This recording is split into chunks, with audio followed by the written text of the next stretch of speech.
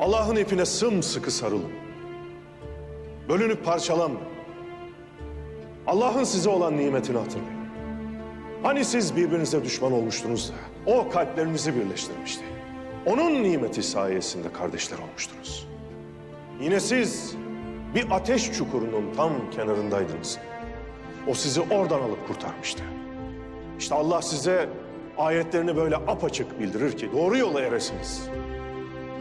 İman etmedikçe cennete giremezsiniz. Birbirinizi sevmedikçe iman etmiş olmazsınız. Birbirimizi sevmezsek yıkılır gideriz. Ey cemaat-i Müslümin!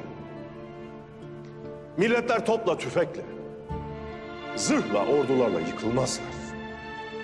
Yıkılamazlar. Milletler ancak aralarındaki rabıta bağı çözülünce, kendi başının derdine, kendi havasına düştüğü vakit yıkılır.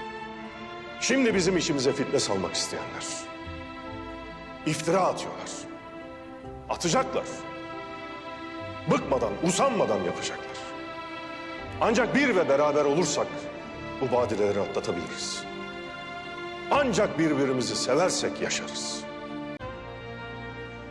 İşte bize emanet edilen Hazreti Osman radıyallahu anh'ın kılıcı. Bizim devletimizin işareti. Üzerinde yazılı olan emaneti ehline veriniz ayeti de var. Allah'ım bizi emin kıl. Allah'ım bizi emin kıl. Allah'ım bizi emin kıl. Amin.